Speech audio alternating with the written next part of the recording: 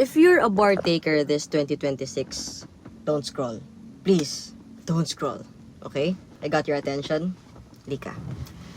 Lapit ka pa. Okay na. Sobrang lapit na ng bar exam.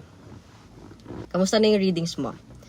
Because at this stage, hindi ka na dapat nalilito kung anong materials yung gagamitin mo.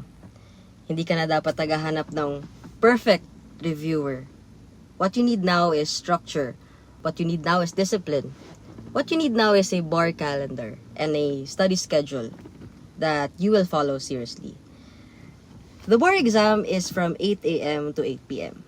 10 oras yan na halos ubusan ng lakas, focus, and mental clarity. So kung hindi mo pa tinitrain yung sarili mo to concentrate during those hours, you should start now. The truth is, hindi lang knowledge yung sinusubok sa bar, hindi lang yung substantive law yung sinusubok sa bar, pati yung mental endurance. So you need to train your mind to stay sharp even if you're tired, to keep answering even if your brain feels drained, and most importantly for me, to stay calm even under pressure. So please, please, please, make use of your time wisely, because one day, you will wish you had taken these ordinary days more seriously. Okay? If you're new here, hi, I'm Attorney Maf. I'm a full-time litigation lawyer and part-time professor.